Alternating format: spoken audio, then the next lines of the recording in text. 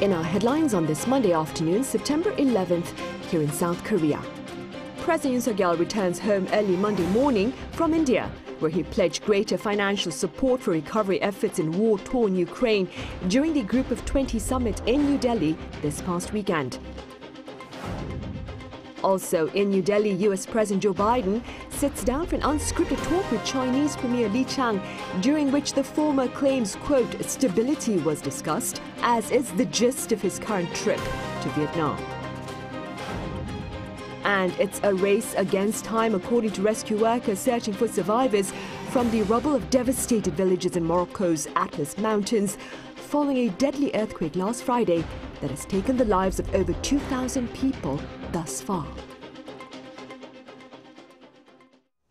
President Yoon Suk-yeol is home on this Monday from New Delhi, where he put into action his pledge for Korea to play a greater role in addressing global affairs, a role that reflects the country's economic standing in the international arena. Our senior correspondent Oh Soo-young reports. President Yoon Suk-yeol has pledged $2.3 billion to support recovery efforts in Ukraine and renewed his call for universal norms on digital technology, presenting ways to secure a prosperous future for the world. Speaking at the G20 summit on Sunday, Yoon said Seoul will announce a $300 million package for Ukraine in 2024 and a $2 billion mid to long-term support plan consisting of long-term low-interest loans in 2025. The initial $300 million package will cover development cooperation and humanitarian aid, which would include the participation of international organizations such as the World Bank and the European Bank for Reconstruction and Development. This comes after President Yoon in July had a surprise meeting in Kyiv with Ukrainian leader Volodymyr Zelensky and pledged to roll out official development assistance to help rebuild the war-torn nation. This demonstrates Seoul's responsible role in leading the way to support the restoration of peace as a global pivotal state that contributes to freedom, peace and prosperity in the world, while also laying the foundation for full-scale participation in Ukraine's reconstruction in the future. Further elaborating on South Korea's role and contribution to a free and rules-based international order, President Yoon also emphasized the need to strengthen the role of multilateral development banks. In order to respond to new challenges such as overcoming the climate crisis and strengthening food and energy security, Yoon said it is vital to expand available financial resources and debt restructuring programs for low-income countries. Yoon pledged efforts to lead such discussions as Seoul serves as a co-chair along with France in the G20's International Financial Architecture Working Group.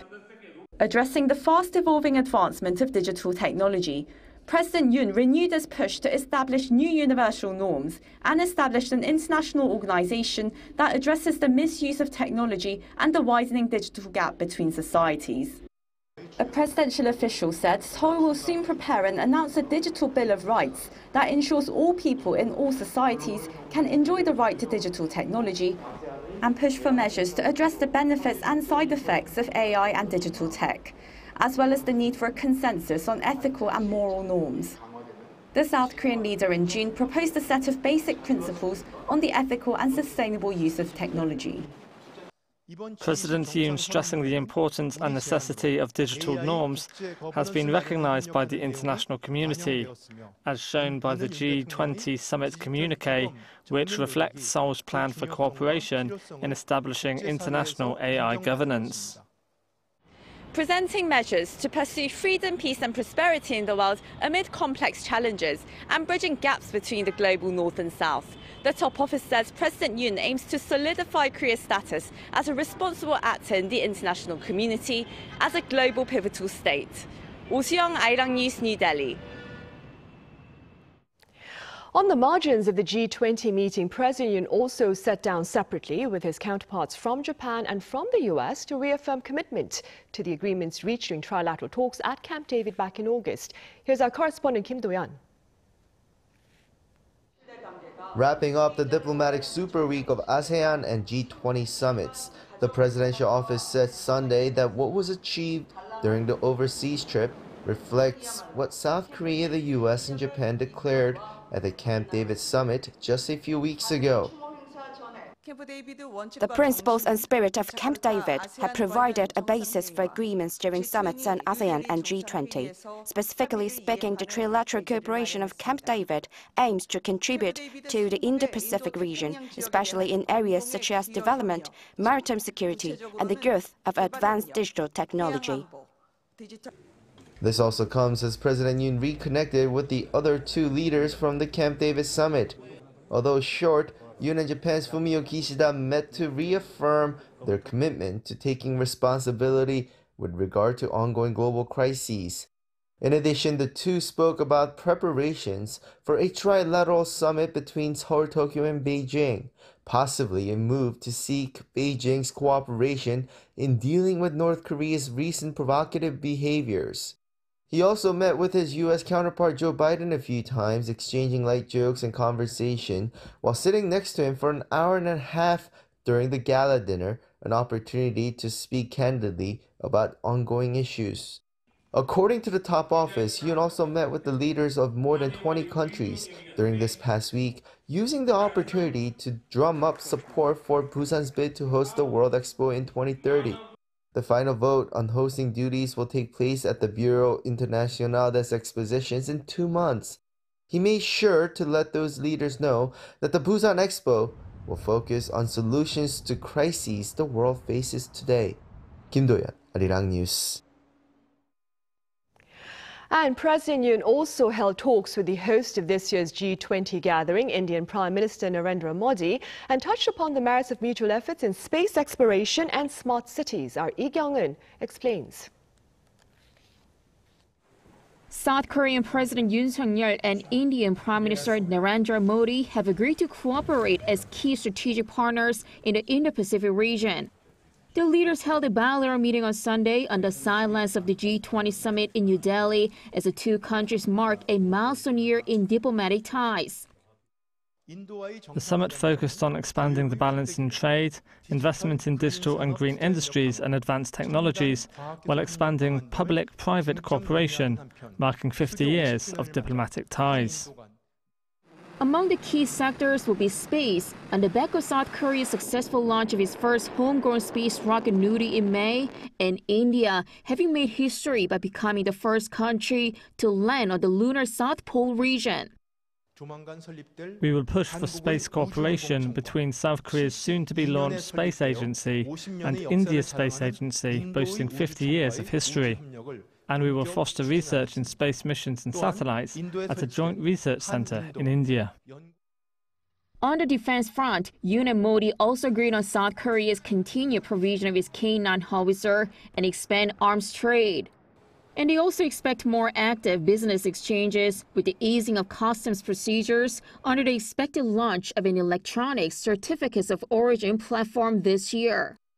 Also under a $4 billion development cooperation fund by South Korea, domestic companies are expected to take part in more of India's infrastructure projects like smart cities. The meeting comes after President Yoon also met with Korean companies there and vowed to address their concerns to Modi, such as India's recent export restrictions on electronic devices, high tariffs on food, and lack of infrastructure projects for companies to take part in. Young-un, Arirang News. Also in New Delhi, U.S. President Joe Biden met with Chinese Premier Li Qiang on the sidelines of the G20 summit in an impromptu encounter before flying into Vietnam in line with broader efforts to reportedly ensure stability. Our Lee Seung-jae has more. On the sidelines of the G20 summit in New Delhi, India, U.S. President Joe Biden held talks with Chinese Premier Li Qiang. Sunday's meeting between the two marked the U.S. leaders' highest-level talks with the Chinese leadership in months. Following the talks, and after arriving in Hanoi for a state visit to Vietnam, Biden stressed that the U.S. does not want to contain China, but instead called for stability in the Washington-Beijing relations. And so really what this trip was about, it was less about containing China. I don't want to contain China. I just want to make sure we have a relationship with China that is on the up and up, squared away. Biden also stressed that China is changing some of the rules of the game without elaborating further to the reporters on what rules he was referring to. He also noted that the U.S. is not trying to decouple from China, but instead not selling Chinese material that would enhance their capacity to make more nuclear weapons. Biden followed up his G20 summit appearance with a state visit to Vietnam as the U.S. works to cement closer ties with another one of China's neighboring countries. During his trip to Hanoi, he announced that the U.S. and Vietnam would elevate their relationship to a comprehensive strategic partnership. There, the U.S. leader also secured deals with Vietnam on semiconductors and minerals, with the Southeast Asian nation quickly becoming a major player in Washington's bid to secure global supply chains outside of China. The latest elevation in partnership means that the U.S. is now on Vietnam's highest diplomatic status list, alongside China and Russia. Lee Seung-jae, Arirang News. While speculation mounts over an imminent departure to Russia by North Korea's Kim Jong-un, back on Sunday, Kim was seen posing for pictures with participants of a paramilitary parade. According to the regime state-run media, the photo session took place at Kim Il-sung Square, where the parade was held to mark North Korea's 75th Foundation Day. Previously, some had spoken about a possible train trip to Vladivostok by Kim on Sunday to meet with Russia's Vladimir Putin on the sidelines of the Eastern Economic Forum, which is currently underway. Authorities here say no information on Kim's trip has been confirmed, but Japan's NHK claims Kim may depart on this Monday.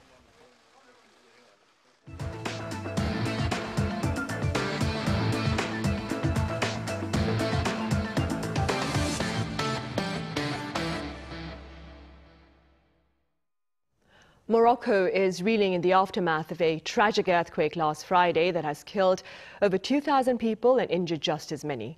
Our Shin Se-byuk covers this calamity. More than 2,100 people have been killed and over 2,400 injured in Friday's powerful earthquake in Morocco. The 6.8 magnitude earthquake struck with an epicenter some 72 kilometers southwest of the North African country's historic city, Marrakesh. The deadliest quake to hit the country in 6 decades was quick to turn buildings and homes into rubble. Everything is gone. We lost everything. We lost our entire house. There are still people buried here in this house. They didn't get the rescue they needed, so they died. The United States Geological Survey on Sunday issued a red alert in preliminary assessments for both estimated fatalities and estimated economic loss caused by the quake. This is the highest possible alert level in the agency's 4-tier alert system. This means, in terms of economic impact, extensive damage is probable and economic losses could range up to 2% of Morocco's GDP.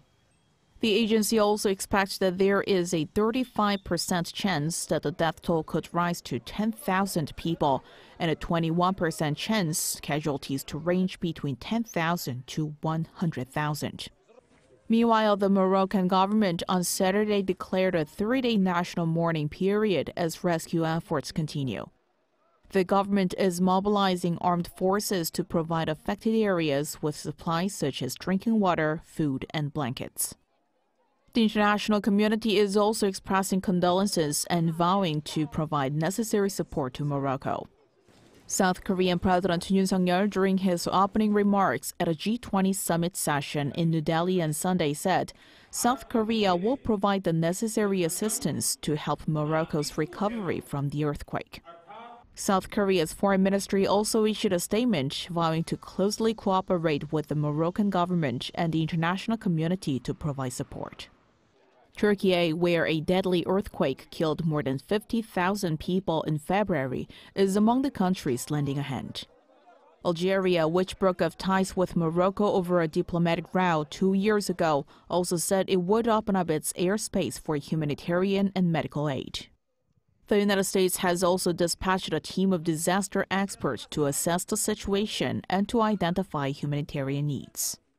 Other countries such as Spain, France, and Israel are also deploying resources and personnel to provide necessary support to Morocco. Shin Se-byuk, Arirang News. In other news, new findings show the GDP among OECD nations, member nations that is, surpassed its pre-pandemic level, that is, from the fourth quarter of 2019 by 5.1% in the second quarter of this year. According to the organization on Monday, by country, the Korean economy expanded 5.9%, putting it in 16th place. The U.S., for its part, gained greater with a 6.1% expansion, while neighboring Japan posted a relatively modest expansion at 3%. 36 nations out of the OECD's 38 members marked improvements, with the exception of the UK and the Czech Republic. Seoul is offering those in the capital city the chance to indulge in a captivating drone light show every Friday night until late October over the Hangang River. My colleague Choi Soo-young was there. On Friday night, Seoul invited citizens to an astonishing drone show over the Hangang River. 1,000 drones depicted Seoul's major landmarks, including Gwanghwamun and the Hangang River night view, before ending the show with Seoul's new slogan, Seoul, My Soul. Visitors said they were captivated by the sophisticated beauty of the drones, which offered a charm distinct from traditional fireworks. I was so shocked. When I was watching it, I thought it was better than fireworks. It was honestly it felt so surreal. It was so beautiful. I think it showed a lot of really great scenes around Seoul, and I've seen a lot of the real places, and it made me remember those places and the times I visited them. So it was really great. The 2023 Seoul Drone Night Show provided citizens with new entertainment during the Seoul Festa held in May, with a total of 4 performances. This fall, it will be held regularly at Duksum Hangang River Park Riverside Stage every Friday until October 27th, except for the Chuseok holiday on September 29th. The drone performances have different themes each week, such as Seoul Night Tour, Jazz Night, and Dream World. The show, which starts at 7 p.m., lasts for about 10 minutes.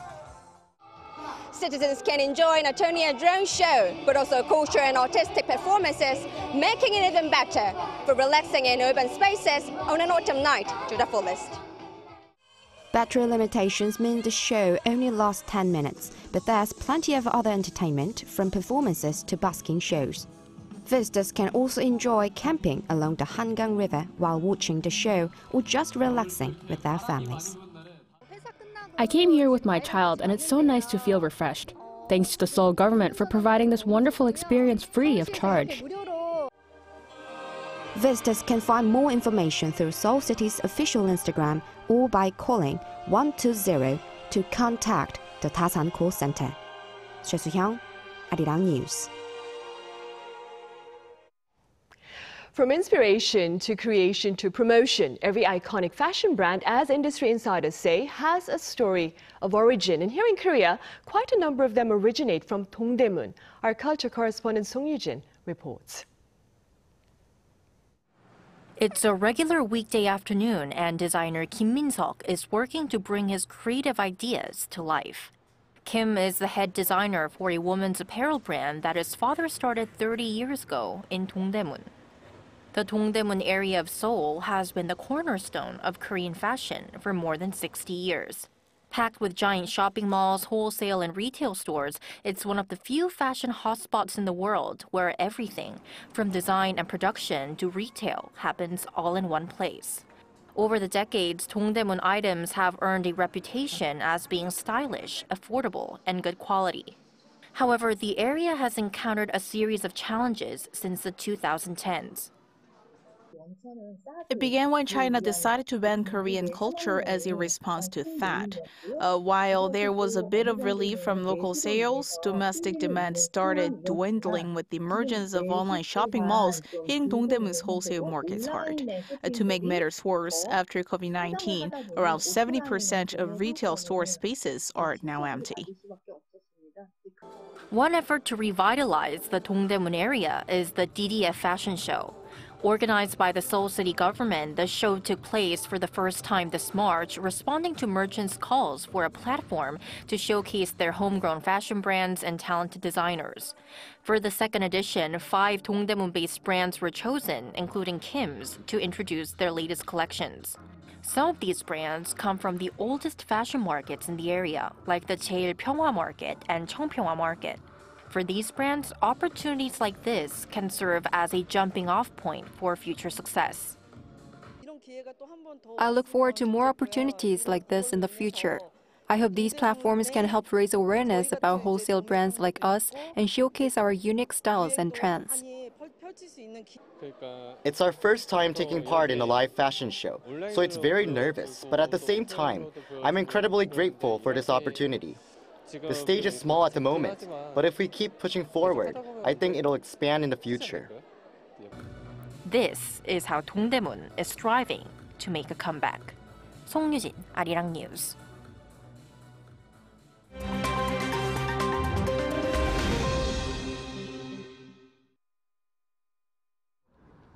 Let's take a look at what's going on in the world now. In the United Kingdom, a former soldier and suspected terrorist has been charged for escaping prison. The charges follow a 4-day nationwide manhunt for 21-year-old Daniel Abed Khalif, who was caught by a plainclothed police officer on Saturday in the West London town of Northolt. Khalif was riding a bicycle at the time. The former soldier had vanished from the Wandsworth prison on Wednesday morning local time. It's suspected that he escaped by attaching himself to the underside of a food delivery van. Khalif had been awaiting trial for terrorism and Official Secrets Act offenses. He is due to appear in court on Monday. After weeks of criticism, suspended Spanish football president Luis Rubiales has resigned from his post at the Royal Spanish Football Federation over the so-called unwanted kiss scandal. News of his decision was released Sunday in a clip from Piers Morgan's TV show posted on social media. Rubiales also said he has stepped down from his vice president seat on UEFA's executive committee. It comes amid backlash that erupted when Rubiales kissed player Jennifer Hermoso after she received her winner's medal following Spain's 1-0 victory over England at the Women's World Cup final in Sydney last month. Rubiales had called the kiss mutual, but Hermoso disagreed, saying she was not respected.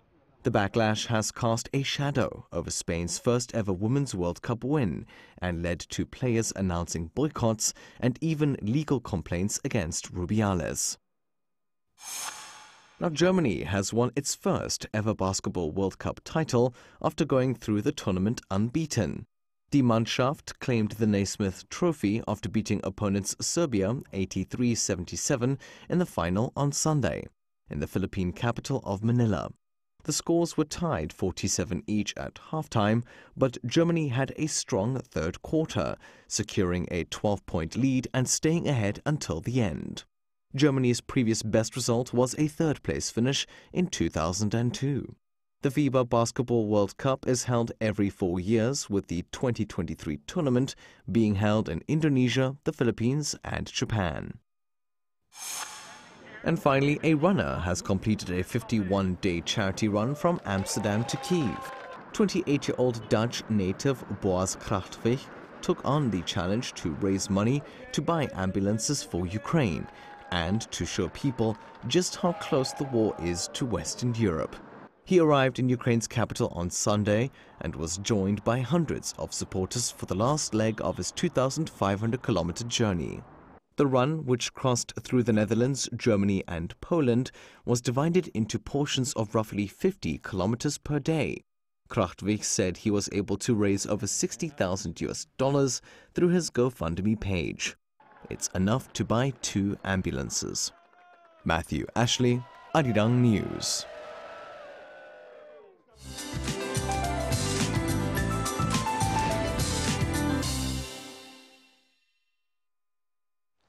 Good afternoon. We are heading into mid-September, but afternoon temperatures in many parts are still hovering around 30 degrees Celsius, which are 3 to 4 degrees higher than norms. Morning temperatures should have dropped into the teens by now, but we had a warmer start to the day, with temperature gaps of 7 to 10 degrees between lows and highs across much of Korea today. Inland regions are under mostly sunny skies, but east of Jeju will see rain before sunny cloudy skies return. Then there will be passing rain in the south and east of Gyeonggi-do and Gangwon-do with 5 to 20 millimeters of sudden showers in the forecast. Afternoon highs in Seoul and Gwangju should top out at 30 degrees. Busan and Jeju will hike up to 29 degrees. Now this week will not be as sunny as last week.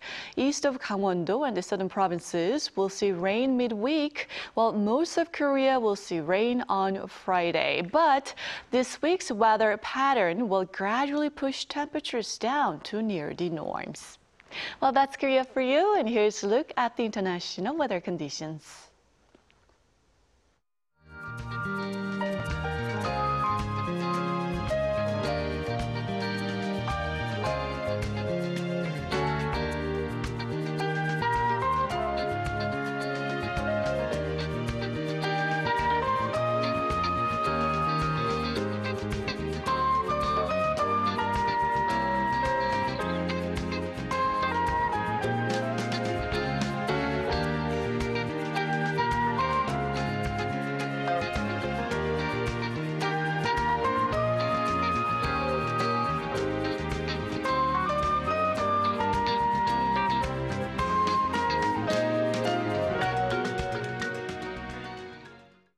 And that brings us to the end of Monday's edition of the Daily Report. As always, we have our panel session coming up right after this break, so do stay with us. Thank you for now.